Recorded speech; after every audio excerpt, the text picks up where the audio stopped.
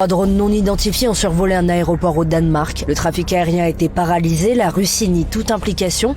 Voici ce que l'on sait. L'aéroport de Copenhague au Danemark a fermé lundi soir à 20h30 après que plusieurs drones ont été observés dans l'espace aérien autour du site. La police de Copenhague a déclaré que 3 ou 4 gros drones avaient été observés. À ce stade de l'enquête, on ignore toujours si c'était des appareils militaires ou civils. Les modèles utilisés n'ont pas été identifiés. Et on ne sait pas non plus qui se cache derrière ce survol. Jens Jespersen, l'un des responsables des forces de l'ordre locales, a néanmoins précisé que le nombre, la taille, les trajectoires de vol, le temps passé au-dessus de l'aéroport, que tout cela semble indiquer qu'il s'agit d'un acteur compétent, c'est-à-dire un acteur qui possède les outils pour se faire remarquer. Ces drones provenaient de directions différentes, ce qui signifie selon lui qu'ils pouvaient avoir décollé d'un bateau. Pour mieux situer, l'aéroport de Copenhague se trouve sur la côte entre la Suède et le Danemark. La police a fait le choix de ne pas abattre ces objets volants, donc aucun avion n'a pu décoller ou atterrir pendant 4 heures environ, puisque l'aéroport n'a rouvert que peu après minuit. L'incident a entraîné des perturbations pour environ 20 000 passagers d'après la direction. 31 vols ont été détournés et 100 annulés. La première ministre danoise, Mette Frederiksen, qui a réagi ce mardi matin, a parlé de l'attaque la plus grave contre une infrastructure critique au Danemark.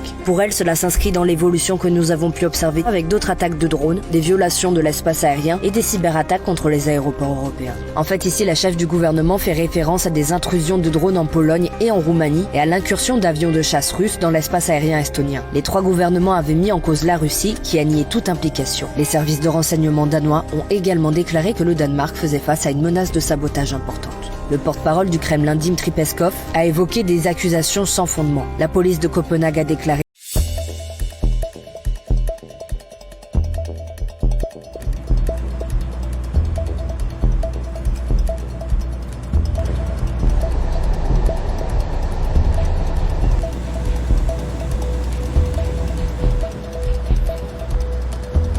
Investigators discovered tens of thousands of co-located and networked cellular devices capable of carrying out nefarious telecommunications attacks. These devices allowed anonymous encrypted communications between potential threat actors and criminal enterprises. This network had the potential to disable cell phone towers and essentially shut down the cellular network in New York City.